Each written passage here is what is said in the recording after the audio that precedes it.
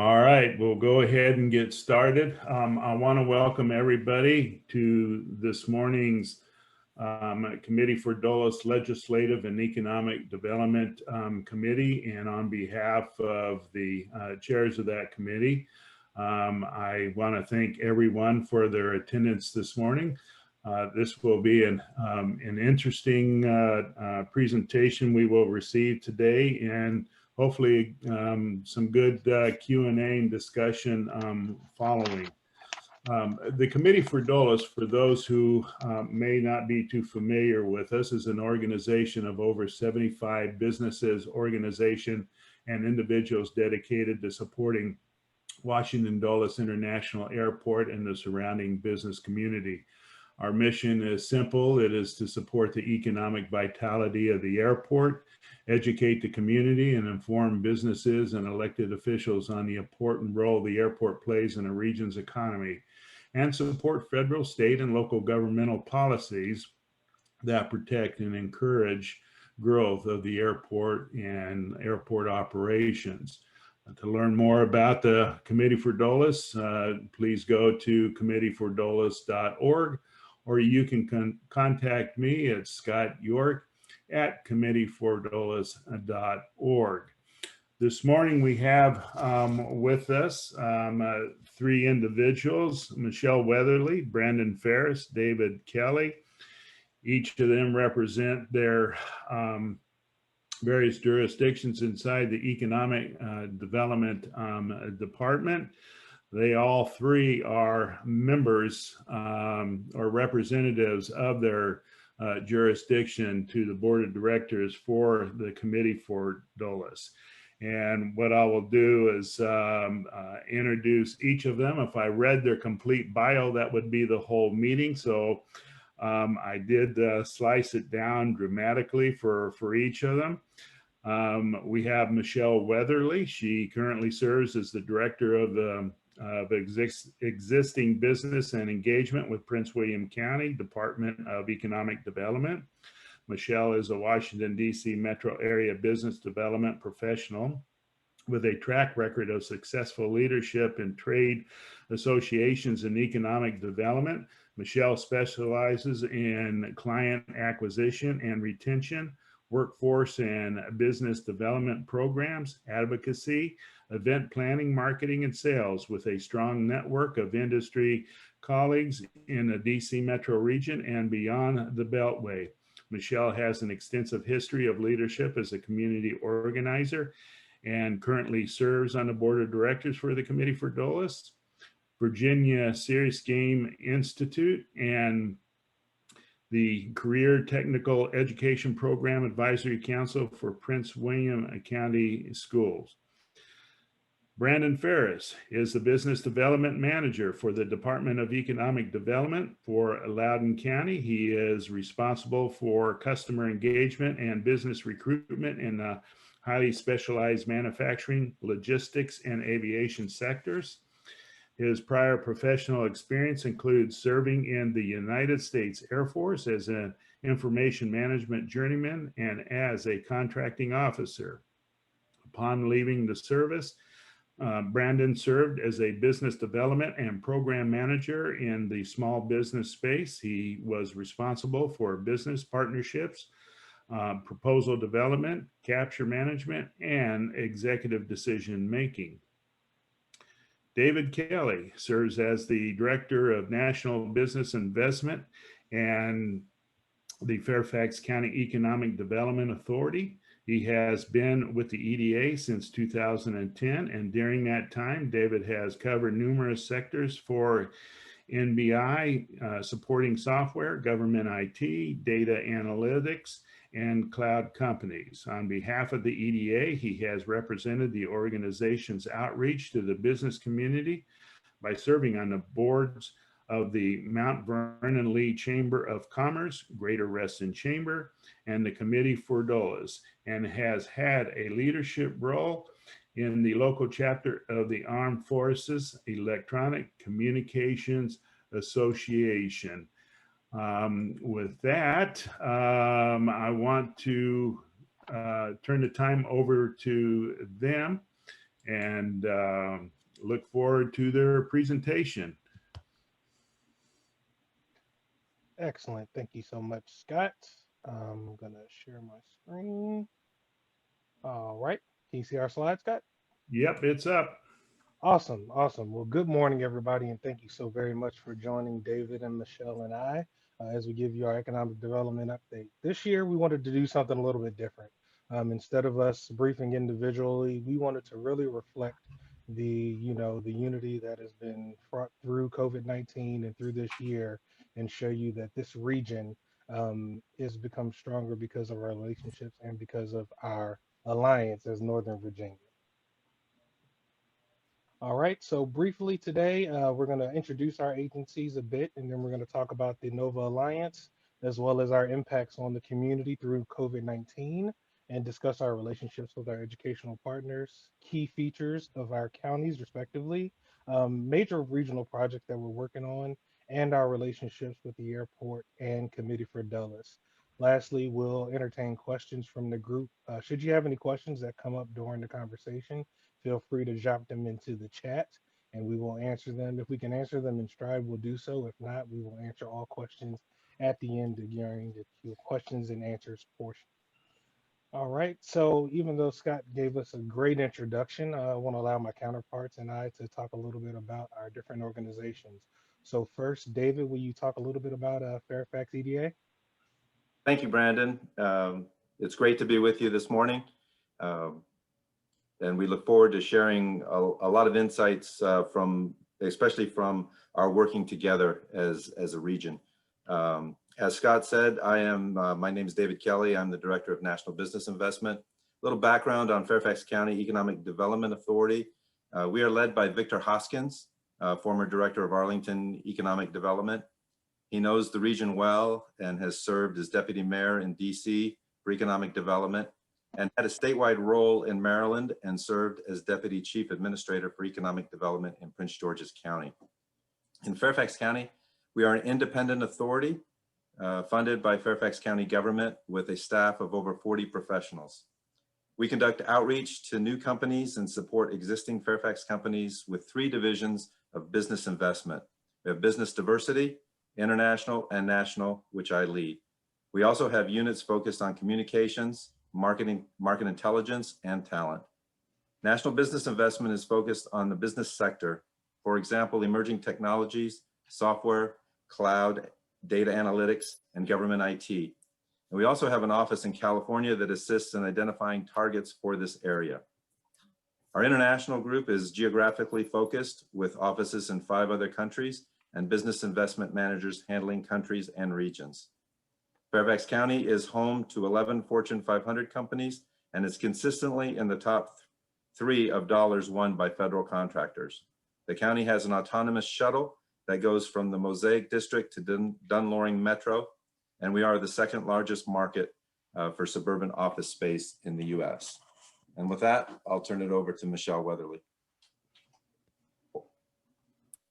Good morning, everyone. From the Outer Banks, I'm in Kitty Hawk, North Carolina, and enjoying a beautiful sunny week here. And I thank you, Committee for Dulles, for being here today. And just to introduce myself, after Scott already did it, but just to say, I am Director of Existing Business Engagement and Entrepreneurship for Prince William County. Our leader, who came on board just about 2 years ago, Christina Wen, came from Arlington County, where she was part of the team that helped lead the Amazon Wen. So we were delighted when she came to join us in the county in July of 2019. And from that, we have an expanding economic development team. Most of us hired within the past 2 years, and many of us during the pandemic. And even though we had the pandemic, we are currently working on, throughout the pandemic as well as now, on a number of new attraction and expansion projects, building out an entrepreneurship program in the county, small business resource center.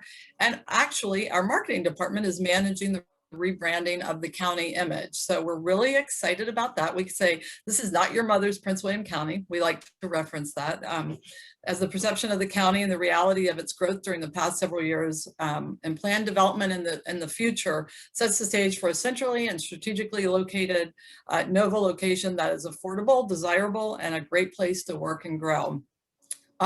Exciting thing to share is on the east side of Prince William County is 16 miles of water. A lot of people don't know that, but we also have a lot of redevelopment going on the east side. It's a great place. There's a lot of mixed use development going there on Route 1. We're renaming the highway over there. And then as you move west, we have what we call Innovation Park, and George Mason is right in the middle of it with its science technology hub. And there we also are growing the life science sector in Virginia within Innovation Park with a new wet lab that is scheduled to open in early 2022. And just, I wanted to mention a couple people at my office because many of you may know Tom Flynn, who leads our attraction team for new business development, and Jim Gares, who's leading all of the redevelopment that we're doing all over the country all over the county with the focus on the east side. So thank you. Thanks again for having us. Awesome. And I'll go. As Scott said, I'm business development manager for highly specialized manufacturing, aviation, and logistics. And so here in Loudoun County, we picture ourselves as a full service economic development department of 28 members led by our executive director, the infamous and famous Buddy Reiser. And our team prides ourselves on being able to handle any and all business needs while leading with customer service. You know, we like to say that we go deep, but we're still accessible. And that depth and personal approach has allowed us to cultivate relationships with several organizations within the county, within the region, and all across the world. Our singular interactions with our businesses are our modus operandi. Whatever you need, whenever we can get you to, whenever you need a connection to an organization or a person, we can make it happen. Much as our counterparts in Prince William and Fairfax County, we have several Fortune 500 companies located here, as well as several Inc. 5000 businesses as well. So we make the business relationships possible and endless.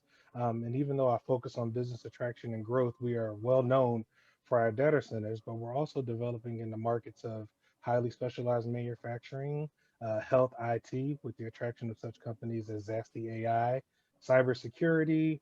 Our rural developments are going well. We got a couple of new breweries and things like that coming up. So Loudoun County is looking to move a little bit beyond data centers and make ourselves a bit more well-rounded and more open to all types of possibilities.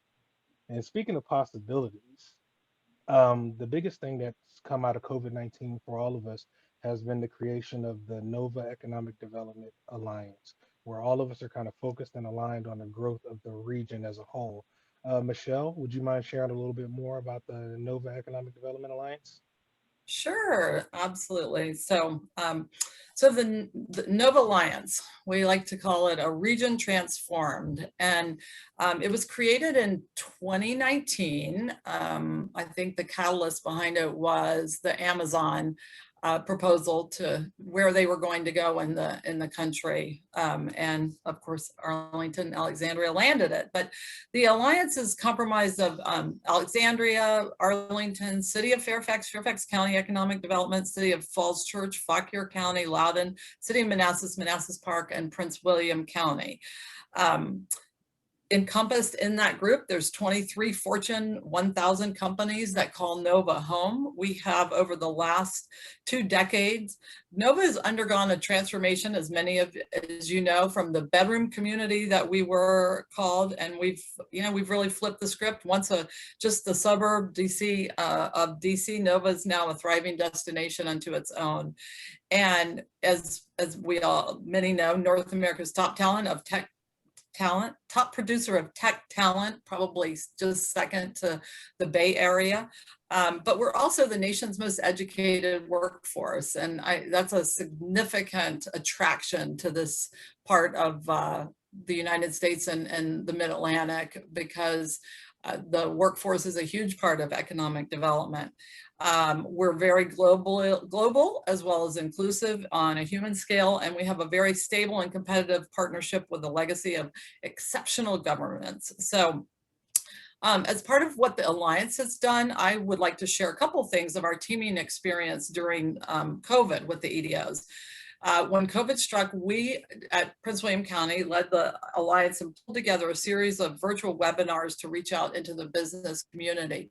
John Jacobs, a consultant with us, led this program where we set up a series of 3-part 12-session webinar session called Beyond COVID-19 Nova Business Resilience webinars. And then we also did Catalyst for Change. And we did that. We had all of the entities that you see here on the screen participate in the program. And the key industries that we addressed were agricultural, cyber, data centers, defense, aerospace, emerging tech, GovCon, health tech, health life sciences, a lot of the home services that were affected, logistics, really affected by the pandemic, we know, retail, restaurants, small business, and many, many home-based businesses. We have had over 3,500 viewers live and on YouTube as of just yesterday, and the viewership of the series continues as it's linked on the Nova Alliance website page. We continue to work together on a Nova Economic Development Alliance program with many different features. I personally am engaged in the Workforce Development Committee as well as the Entrepreneurship Committee. And then Brandon, I'll let you take over from there. Thank you. Excellent, excellent. Thank you so much. And also a part of the Nova Alliance is Fairfax County. So David, would you share a little bit about Fairfax's work in the Nova Alliance? Yes, thank you, Brandon. Michelle did a fantastic job of explaining what the Nova Alliance is with the 10 jurisdictions and what we have been doing. But briefly, just wanted to cover a few things the Fairfax County Economic Development Authority has contributed. So we contributed to the talent website, workinnorthernvirginia.com, and we spearheaded the planning and execution of the webinars during the beginning of the pandemic. We signed up companies to put their profiles on the site and have been able to post over 100,000 current job openings on the site across all of Northern Virginia. And we've been consistently improved traffic each month. And just as an example, last month we had over 60,000 visitors that went to the site. There are several different key features with the site. One is you can take a short quiz and it tells you which area you should be living in and what's most amenable to you out of the different counties in the area. And it's amazing. I've taken the test 3 times and it's come back right on, spot on for me, and others have done that as well. So yeah, me too, David. Well done. With that, Brandon, I'll turn it back over to you. Thanks, David. And for Loudoun County's portion, we've contributed to the websites and the webinars and things like that. But also our Economic Development Director, Buddy Reiser, is the leader of the Nova Alliance. And we spearheaded the Alliance's application and receipt of a Go Virginia grant. And Go Virginia grants are used for kind of business development and kind of corporate growth within Virginia. So the Nova Alliance will use their grant funding to solidify its formation and to help develop a more structured organization kind of for the betterment of all of the Northern Virginia region. And so the funds are also going to help the Nova Alliance plan strategically on how we can help the economic development efforts of the members and the memberships. So really, we're looking at moving forward and creating a strong fist as Nova kind of represents itself moving forward into the future. With that being said, we can't ignore COVID-19. So David, would you mind telling us a little bit about the things that came out of Fairfax County through COVID-19 last year? Yes, Brandon, I will. Thank you. The biggest thing was with regard to the RISE grants. We had 4,800 organizations participating, and we had over $52.5 million that were set aside and given. And 72% of all of the businesses were small businesses owned by women, minorities, and veterans. And Karen Small from our office did a fantastic job of leading that and putting that together, and really have to give a shout out to her. We also did a survey of the community. Our market intelligence group did, and there were hundreds of responses. and over half of them wanted to be contacted. So we, as a national business group, we contacted them, and it was amazing because they were a cross section of businesses and businesses that we hadn't normally worked with, from retail to very high-tech companies. And some were extremely small, and we connected them with resources such as the Community Business Partnership. And we also helped them with PPP loans and really trying to assist them in finding the right banks that were willing to work with them to get those loans. And that was an amazing thing for us, because each one of our marketing managers and each one of our business investment group teams had such success with that. And also people just wanted to talk and give us information, and that was great too. So I think we did a lot in the community in that area. So with that, I'll turn it over to Michelle. I'll take it from here. It's okay. It's okay. Okay, Oh. David. For Loudoun County's portion, in the past year, we directly injected nearly $12 million into 2,000 local businesses to support them. And we've also been able to secure another $9 million for targeted recovery grants. We also launched several critical initiatives to help our businesses attract a workforce, as we know is so critical to development, and customers that they desperately needed. Along the way, actually, this is something that all three of the counties have in common. We've been able to maintain our AAA bond rating. Here in Loudoun County, we also were able to lower taxes, increase county employee wages, and avoid COVID-related layoffs, something that hasn't been done by any other county in the country. Even though the economic impact of COVID-19, really won't show itself completely for years to come, it's all been about community resiliency and, kind of communications. In Loudoun, we've launched several programs to help support businesses. So we have a regularly updated COVID-19 business resources hub. We initiated a Take Loudoun Home marketing campaign that spotlighted nearly 1,000 businesses. We developed the Loudoun Made, Loudoun Grown marketplace to help our farms sell their goods online to kind of reduce customer interaction in person, but still to help them maintain their livelihood. We did 6 rounds of our Business Interruption Fund grants, which helped, several thousands of 4,000 businesses and individuals that we communicated with. And through our Loudoun Jobs portal, which feeds in directly to the Work in Northern Virginia portal, we aggregated every single available job in Loudoun County. So we really wanted to leverage our communication skills and develop our partnerships with local businesses and beyond. Michelle, tell us a little bit about what Prince William County did during this pandemic. Thanks.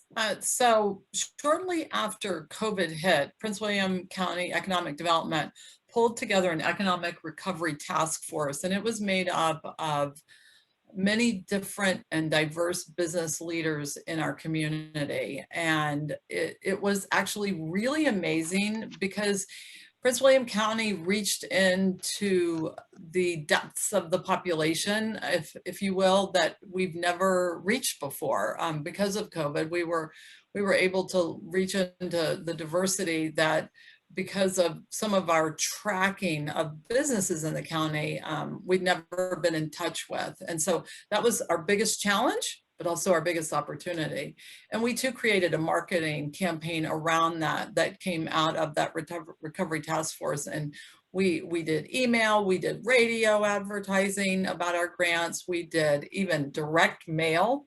And out of that came 9 different programs that we had, 9 grant programs. And I repeat 9 because we did all of those in-house. We have a small staff.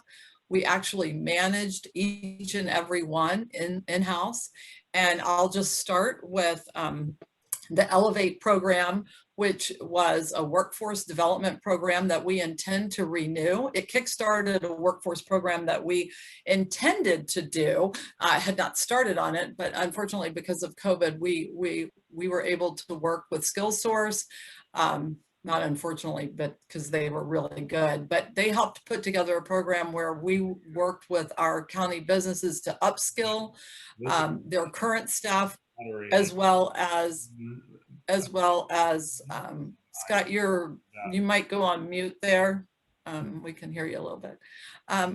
And we were able to also reach into the population of unemployed individuals, and they even called into our office, and we were able to help them go through 60 different programs that were available through SkillSource, the vendors that could help them become employed as a dental a hygienist or a masseuse, or so many different roles that probably they had never even thought to apply for, and jobs that would be available. So that was really an exciting opportunity out of a problem. Our micro grants were tremendous. We had over 1,500 businesses that applied for those. Again, working with them all in-house, we learned a lot about our businesses and their needs. And we also did a capital investment and innovation grant, one of our most innovative programs, where we gave money through the CARES Act to businesses that wanted to position their companies so that they were COVID, that had been COVID challenged, and some of them, for example, put in antibacterial carpeting, a new HVA system that it would exchange air very rapidly. So very creative, very innovative. We did a construction and renovation permit rebate program, temporary activity permitting for people to put their tables and everything outside. We did an Ignite program that goes on to this day, where we're attracting entrepreneurs from the county, but also from all over the world, actually, to come to Prince William County. And we offered them funding, seed funding, to start their business if they were relatively new and didn't have any institutional funding to come into the county and start up those. So that is ongoing to today. We also had a really successful technical assistance grant where we helped a lot of small businesses with their online e-commerce, just their presence in the marketplace. That was probably one of just a tremendous success. We had a workforce, Be Safe workforce program, as well as a Fire Up coaching and mentoring program for small businesses. And I will just throw in there that 90% of our businesses are small businesses in Prince William County. So you can just imagine the impact that this many different programs had on the population that lives and works and drives business in our county. All in all, we administered over $12 million in CARES Act funding to the community. And that's really, just some oversight. We helped, like David and Brandon also said, with the PPP loans. We gave out PPE supplies to our businesses. I mean, we were there and operational the entire time during COVID, and we learned so much about others and opportunities that we could be there for them to build and grow their businesses in the county. It was painful at times, but just amazing to be able to be there and help the community. And we've emerged almost completely, very successfully, and we will continue some of these programs to help our small businesses. Thank you. And thank you, Michelle and David. And you're exactly right, Michelle. Out of perseverance and determination comes success and learning. And when we talk about learning, one of the things that have become evident over the past few years as we look at workforce development and, kind of creating the workforce of the future as our region transforms, each one of the counties, we have educational partners that are located here with us, in particular here in Loudoun County. We have, Northern Virginia Community College here, as well as the George Washington's Virginia Science and Technology Center. But we've been expanding our influence into educational partners such as Embry-Riddle University, Virginia Tech, and also kind of redirecting some of the focus back on that early educational development with the Loudoun County Public Schools, trying to get into middle and high school relationships as well. David, what have you guys been doing in Fairfax County? Well, with Fairfax County, with our talent initiative, we have reached out to quite a few universities locally here. As you said, we have George Mason University here. We have Northern Virginia Community College, but we have other universities as well, UVA with campuses, Virginia Tech, others. But we've also reached out to universities like Berkeley and UCLA on the West Coast, USC, but also on the East Coast and with Harvard and other universities to open up so that companies can hire students that are looking for jobs that are just graduating. And so that's been great. And we also started opening up with historically Black colleges. And so we have an agreement with all of them, thanks to Karen Small and also Mike Batt. We've developed those relationships, and that's been fantastic for us as well. And so we're really focused next year on companies looking for those fresh college students and bringing them that talent here to the county and to the region. Great. Michelle, what about Prince William? Thanks, Brandon.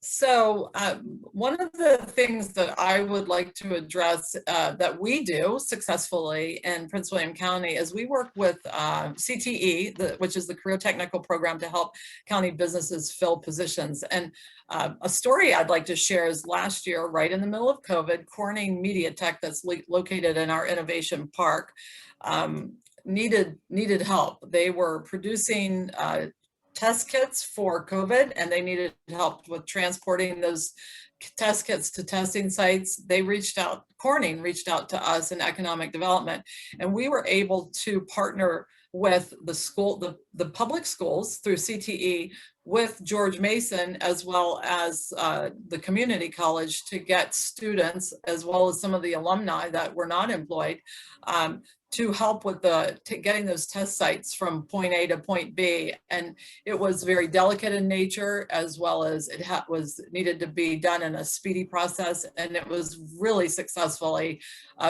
just turned on a dime and got it done. So that was really exciting for the county and also for all those schools that participated. The county has a Nova campus on the east side in Woodbridge. That's a Northern Virginia Community College campus. It focuses on workforce development and offers programs like air conditioning and refrigerating, massage therapy, film and photography, cybersecurity, English as a second language, and many other certificate programs to about 1,100 students. That Woodbridge campus also provides instruction at several locations in area high schools, as well as at Quantico and Fort Belvoir military bases. We also, right in the middle of the county, we have George Mason's Science and Tech Campus. Scott mentioned earlier that I'm on the board of the Virtual Gaming Institute that is located at George Mason. And so in Innovation Park, our park is a county-owned land that we have been developing technology companies in that area for a number of years. We have a science accelerator there, and we are in the process of building a biotech wet lab there.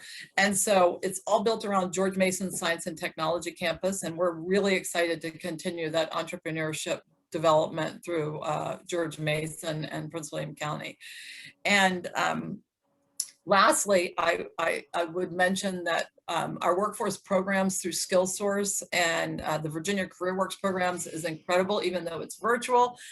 It brings a lot of educational opportunities to our community. As I mentioned, it was kickstarted with COVID, but it was a program that we were working on for many of our community to have the resources to attend school and get into positions that are open that they might not otherwise have thought of. And SkillSource offers that through 60 different vendors throughout our region, but the nation. So everything can be done virtually. So that's all I have, Brandon. On to you. Awesome. Thank you so much, Michelle. And the emphasis on relationships and building things within and without of our counties have been really kind of the focus over this past year, which is one of the main reasons why we wanted to give this briefing together, so that we could, show that while we all have our own individual strengths, we do work very well as a team. Speaking of those individual strengths, David, would you mind telling us a little bit about Fairfax County? Oh, yes, thank you. If we have quite a few strengths and selling points, I'll briefly go over just a few. We've mentioned George Mason University a few times. They are in the region. We do have their main campus in Fairfax. We also have Fort Belvoir. which is the largest employer in Fairfax County with over 50,000 people going there each day to work. We are a suburban urban business centers in Tysons and in Reston. And we also have expanded that. There's Merrifield and there are a few others as well. We also have large federal agency presence. So we have the CIA, NRO, NGA, and TSA. We also have a diverse economy and workforce, high percentage of minority-owned businesses, medium and very large businesses. So we're mostly suburban, urban. At one point, we were a very rural county, and now we are mostly developed. But we have a lot of things going on in the county, new businesses that are coming into the county, as well as new building. We're seeing a great growth in the building of new commercial space. So with that, I'll turn it over to you, Brendan. Awesome, thank you. And much like Fairfax County, not too long ago, Loudoun County was extremely rural. But since we've kind of developed into an urban / rural kind of market with our wine industry and breweries, but we also have urban development and kind of modernization efforts going on with our data centers, our major defense contractors, our focus on developing manufacturing and technology, and also kind of being open to just about any type of development. And so we like to call ourselves strategically positioned, being very close to Washington D.C. We're also emphatically diverse. We're about just 1 in 4 residents is diverse and a member of the global community. We also host a highly educated and tech savvy workforce, with about 60% of our population having a bachelor's degree or higher. And we also are home to major defense contractors such as Airbus, Northrop. Other companies have offices here, taking advantage of our technological workforce. And we kind of focus on business incentives and programs to support business growth, from our workforce development efforts, where we have our Work in Loudoun program, as I mentioned earlier. We also have ombudsman services with a team dedicated to helping businesses navigate those areas that they need to get set up in through the permitting, and also a fast track commercial incentive program where we help kind of reduce some of those timelines in permitting and zoning and things like that. And we also have strong real estate options and ties to the business community at large, with big relationships with site selectors, property owners, brokerages, property management companies. We can just about pick up the phone and find anything. One example is one of my businesses was really struggling finding land to purchase or a building to move into. But I was able to pick up the phone, make a couple phone calls, and maybe within a week, we found them a space for purchase, and they are kind of finalizing that deal right now. So we saved them some time and effort just by picking up a phone. And with that, we are also growing. Over the past 5 years, we've seen about $27 billion in new investments, with fiscal year 21, the COVID year, being our highest year of investment, with about $6.8 billion returned into commercial growth here in Loudoun County. So even through the pandemic, we have been continuing to grow. And last year alone, we've been able to retain or create over 3,500 jobs. So we're doing well, a sentiment that's kind of echoed throughout the other communities. And Michelle, could you tell us a little bit about how Prince William has been doing and what's going on with them? Sure, Brandon, thanks. And, just to move over to Prince William County, that we are the second largest county in Virginia, and we're just 20 miles from DC. So we do have a rural crescent part of Prince William County. We have a lot of parklands. And as I mentioned earlier, we have a lot of waterfront that a lot of people don't know about. So you should come down and visit sometime. We have some great restaurants and paddleboarding experiences for people just for enjoyment purposes. We have a large data center market, which I failed to mention earlier in the conversation, but I would like to throw that out there because it's a big growing market and many projects going on in the county in the data center arena. We're closely located to Dulles International Airport. We too have a AAA bond rating. We have a very large community of veterans for workforce, with Quantico being located here in the county. We have a very diverse community with low unemployment. We have really great access with intersecting I-66 and 95. So I think that is one of the reasons a lot of logistics companies actually locate in our county. We provide a lot of financial incentives for attraction and expansion projects that come to the county or expand in the county. And it's very affordable in Prince William County. Our commercial lease rates are 30% lower than a lot of the surrounding communities. So that makes us a very desirable location, just like Loudoun and Fairfax. We too offer fast track permitting programs for our targeted industry sectors that are expanding or new to the county. We have had such tremendous growth during COVID, which was very unexpected for us as well. And even with COVID, it was ongoing. While we were doing the grant programs, we were also running a lot of new projects. We had 40 project wins during the past year that represented attraction, expansions, retentions, and some redevelopment projects as well, realizing a capital X of somewhere around 2.4 billion and creating 1,500 new jobs. So we were fortunate in that respect that we were able to keep our businesses going with grants and our projects. We were very, very busy throughout COVID. So it's a great place. Come visit. We'd love to have you. And just these pictures are some of the great views of some of the locations in our county. And the drawing on the left is a place to be in the near future on the east side on off of Route 1 along our beautiful waterfront. So thank you. Awesome. Thank you, Michelle. And speaking of places to be and traveling, David, could you tell us about the Silver Line Metro?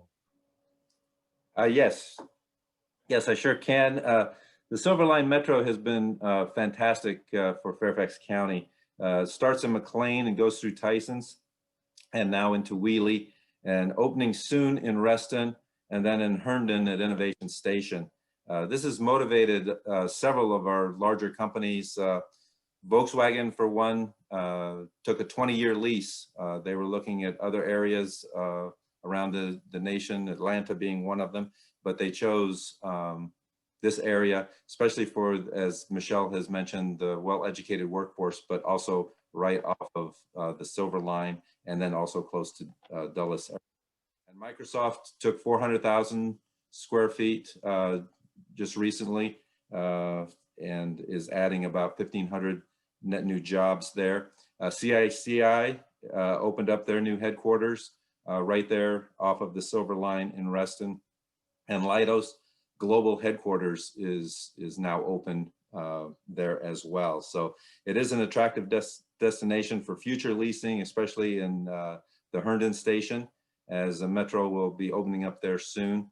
But we can't say enough about the Silver Line and what it's done for our area. And now we are collaborating with Loudoun on the Rivanna at Innovation Station, along with Brandon. Excellent, excellent. Thank you. And yeah, the Silver Line has become that big connector for the Northern Virginia region, not only in the efforts of reducing traffic, but also, again, as David mentioned, kind of building that connection for businesses kind of throughout. And to capitalize on that, Loudoun has been heavily involved with the development of Rivanna Innovation Station. Originally, this land, if it looks familiar to anybody, it was supposed to be the Loudoun attempt to capture the Amazon headquarters. But rather than let all of that work kind of go by the wayside, it is transformed into Rivanna Innovation Station, kind of right there on the border of Loudoun and Fairfax counties. Excuse me. And so this spring, we welcome the development and vision of Rivanna at Innovation Station, which is going to be a multi-phase 103-acre transit-oriented mixed-use development that sits about one metro stop away from Dulles Airport. With our master plan envisioning a 9 million square foot walkable urban center that is directly connected to the Innovation Center metro station. So this is going to be an area where people can live, they can work, they can shop, they can enjoy some of the natural land features over there. But it's really going to become a one-stop shop for working, for living, for enjoying yourself as the vision develops. I think the timeline is looking around 2024 or 2025 for a portion of that office and retail spaces to begin opening. So there will definitely be more to come on that. And as we speak about our relationship to the metro and to Innovation Station, we all have to kind of discuss our relationship with Dulles Airport being such an important and key feature to the region, as Michelle has mentioned. And with that, Michelle, since you started this about Dulles, why don't you give us a little bit more information about the Yeah. relationships that we have with Dulles? So So Dulles Airport access obviously is just a critical part of living here and doing business in the whole region, being an international airport. As most of us know, we have a foreign trade zone there located at the airport with two different operators, and it includes services for Frederick, Clark County, Loudoun, Fairfax, Fauquier, Prince William County, Arlington, and even the city of Alexandria. We also talk a lot about the airport in Prince William County for our attraction as well as our expansion and retention, because it is located in very close proximity to our county. And with our data centers, that is a critical component to when a data center comes into your market and that data is stored in those centers. A lot of times the owners of that data come to visit. And if you've ever been in a data center, there's a lot of conference rooms and meeting rooms, and they want to see what it is, where it is. And so it's very accessible to Prince William County, as it is to Loudoun, Fairfax, and all the other surrounding counties. So we push that a lot as being a great benefit of being in Prince William County. And we also sell the fact that, push the point, I guess I should say, that it's easily accessible off of 66 and 95 to the airport. I mean, as much as our traffic is here, we do have two different access roads to get to that Dulles Airport. So we like to share that with our businesses as we attract them and retain them in the county. And from there, I'll turn it back to Brandon. Yeah, and I'll pass it off to David. Tell me a little bit about what Fairfax is doing with the airport.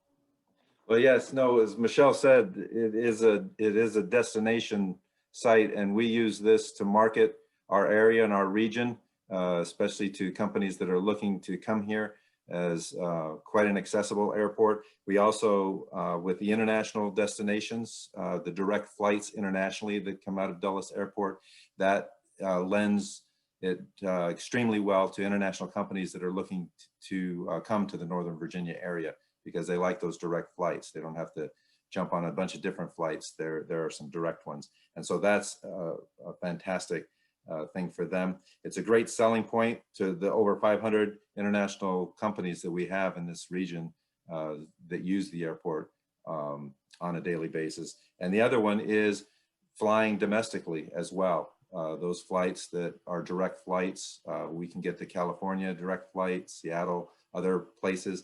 And so those companies like that as well. And the easy accessibility, as Michelle said, various ways to get to the airport. And with the Silver Line being completed soon, that's going to be fantastic as well. And so with that, Brandon, I'll turn it back to you. Excellent. Yeah, Dulles is 24 hours from anywhere in the world, just about. You can get to wherever you need to be in 24 hours or less, a little bit more if you're going to New Zealand. But, we kind of pride ourselves on using Dulles Airport not only as an asset, but as an economic development partner. We are encouraged and building a relationship with the MY leadership to reinforce our intention to leverage them as a partner here in the economic growth of all three regions, and to make sure that they, are reaping the benefit of being not only one of the top airports in the country, but being an economic development partner for three of the largest, most successful counties in the country at large. And speaking of relationships, our relationship to the Committee for Dulles is just as important as our other relationships.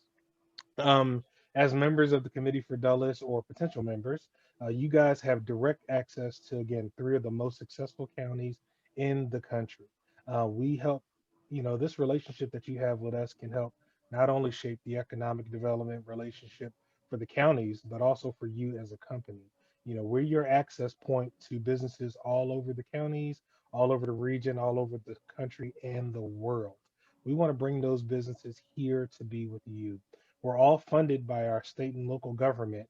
And so access to us and our resources are free. It doesn't cost you anything.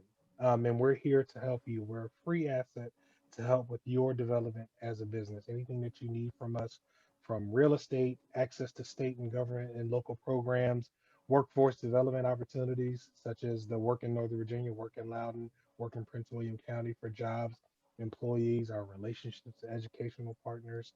We are your hub, your button to press for access to this region and beyond. Michelle, David, did you guys have anything to add to that? Yes, I do. We look forward to our continuing relationship with the Committee for Dulles. And as you stated, we are a free resource for all of you. And now you have the power of 10 with the economic development organizations now working all together and doing that. And the other thing is just a story that just came up to my mind again. The reason Brandon and Michelle and I do the things that we do, 10 years, well, it's almost been 11 years. I started with Fairfax County EDA, and I met a small company, had 2 people working for them. And the next year they grew to 4 people, but they needed some assistance and we gave them that assistance. But to make a long story short, they now have over 200 people working for them. They are a huge organization and it's fantastic to see that growth. And that's why Brandon and Michelle and I do what we do. We really like to watch those companies, especially the small ones, grow and develop and help them every step of the way. And so we're a resource for you. And again, as Brandon said, we're a free resource, so please use us. With that, Michelle. Yeah. And, just to remind everybody, the backbone of America is small business, and the majority of the businesses in our county are small business. And so we obviously cater to their needs, but to big business as well. And I did notice in the chat that somebody has asked the question about how do we collaborate together even though we compete. And I think one of the answers to that question is together we're stronger, right? I mean, that the attraction of the Northern Virginia region is so great because of the smartest workforce in the nation. I mean, that's a huge thing to be able to tout, because workforce is economic development.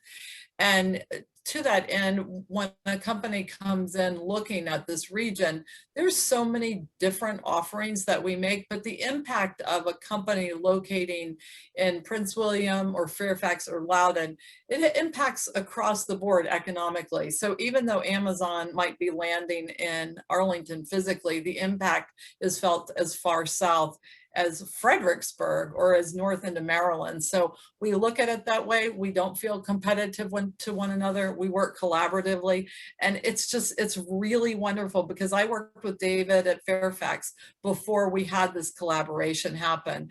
And I will say that Christina Wynn, Victor Hodgkins, Buddy Reiser, Stephanie Landrum, and I know I'm missing some other names, but they were all instrumental in pulling together this Nova Alliance and making it the powerful representation for this region that exists today. And I just give a shout out to them, and I'm happy to work for them. So thank you.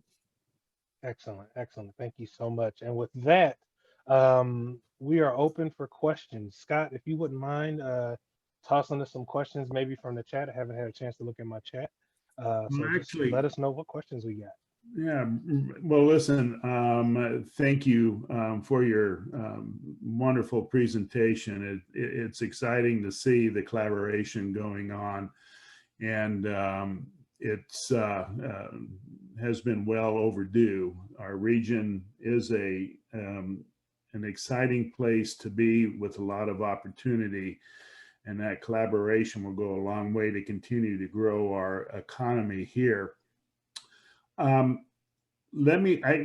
have, a fairly small group. If people want to chime in, please do. I just ask that when you come on, if you could just identify your self and why folks may be thinking up of a question. We are recording this, and I will be posting it on YouTube, as I have done with our other various meetings and events.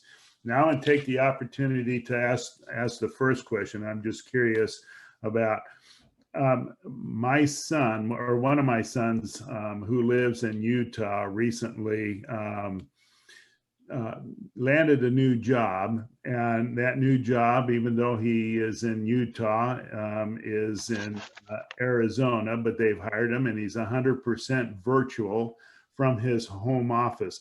So I'm curious, do you have any kind of sense or feel from the many companies that you're working with, how much of their workforce is actually going to be virtual as opposed to the need of more office space? Yeah, I'll take the first bite at this apple. It's kind of varying depending on the industry, right? In manufacturing spaces, sometimes they have to physically be there for the most part. Whereas though, if you're talking about maybe research and data entry and offices, they can work remote. So it really depends on the industry. But as we've seen in the Washington Business Journal, some of the largest employees in the region are adapting virtual models, such as Capital One and other places where they can really afford to make that major adjustment and move to virtual. But in the same hand, we've seen people gobbling up office and flex industrial space. Like we can't keep flex industrial space open here because people are picking them up and gobbling them up so quickly. So I don't think the need for space is going away. I think it is transitioning to those who will actually capitalize on it a bit more. But there is also an increased presence and a requirement from the workforce to be able to work virtually. Yeah, I do agree with Brandon. What we've been seeing is with some of our companies that they're looking at 70 to 80% coming back to the office, with 20 to 30% maybe working remotely. We also have seen some others that are going to, 3 days in the office, 2 days remotely, depending on the job. So if they're a developer, software engineer, they can work remotely, but a lot of times companies want that collaboration. They want that teaming, and so that's good as well. We also found in another study, there was a company that was very concerned about, especially for millennials or new workers, not being in the office and then being overlooked as far as promotions go and moving forward, and also in mentoring. Because mentoring usually is a face-to-face. It's not virtual. So those were some of the concerns, especially with some large companies, that new workers and millennials were not going to get that mentoring and that ability to move forward and receive promotions. So those are just some of the things we've been hearing, Scott. Yeah, I've kind of been concerned about the virtual kind of workforce, and particularly if they're going 100%. As I told my son, that one-to-one personal contact is a huge benefit and shouldn't be ignored. But Scott, you're right. It is, and especially for Michelle, Brandon, and myself, when we meet with companies and we meet with people, it's one thing to do it virtually, which we've done for over a year now. Yeah. But in those meetings, we can see people's body positionings. We can glean more information, and as we develop that relationship, so that those companies will open up and say, no, we are having a problem, and these are some of our issues. Some of those probably haven't happened virtually to the extent that we would like. And so when we can take a client out for lunch and really get to know them, or meet them in their office and get an understanding of what's going on in their office, that's a lot better for us. Yeah, absolutely. And Brandon, may I ask you to stop share screen so we can pop everybody up?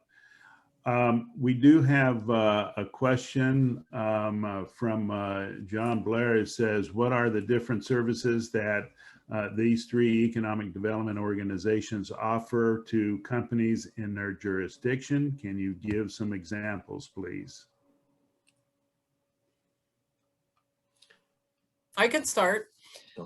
So in Prince William County, we have a small business resource center that is just really helpful. We team with George Mason Small Business Center, Development Center. And so one of the things that small businesses often don't have is a plan. They have a great idea and they have a way to make it work and make money, but there's not a plan there. So our resource center provides small business owners with skills on, getting an attorney, getting an accountant, how to deal with HR issues and things along those lines. We also, our county offers fast tracking program. I mentioned that earlier. If you are expanding in the county or you are building a new business in the county, that process of permitting can be a very slow, arduous task. But we expedite it by, if you're in a targeted industry, and we have those cited. So when we're talking to companies, and we also offer financial incentives. Maybe it's water sewer credits. Maybe it's money from the Economic Development Fund. Maybe we're matching funds with the Virginia Commonwealth Opportunity Fund, that with Virginia Economic Development Partnership. So we have a host of resources available that can be found on our website, but then we have a small business development manager, Clarice Grove, and me, who is the director of our retention business. So I'm here to help as well as any of our staff. We are just like this collaboration that's happened during COVID. We've all begun to collaborate. And so our attraction team helps with expansion and retention and vice versa. So anything that you might get from an association a lot of times and pay to be part of, and Scott, I'm not talking about yours, but we can offer it for free to you. So the free resources that we have are incredible. So, and I say that because I used to work in an association. So anyway. No, those are all great points, and it is what we do. The other one is, we've met with a lot of small companies who have gone through friends and family rounds. They've tried other places, and then all of a sudden they need some venture capital. And so we can assist with that. And as Michelle said, some of them don't have business plans. They just started their business and just are going. And so we help them develop those business plans. We have people that review those to make sure that they're good as they go out to try and find money. We also have free resources with regard to real estate. We can, they tell us how many square feet they want, what they want to pay per square foot, and where they want to be located. And we can run those apps for them to see what sites would be good for them and where they could be located. We don't broker the deals, but we help them with that. We do, as Michelle said, connections with the Commonwealth through different Commonwealth opportunity funds, other things. We also do introductions.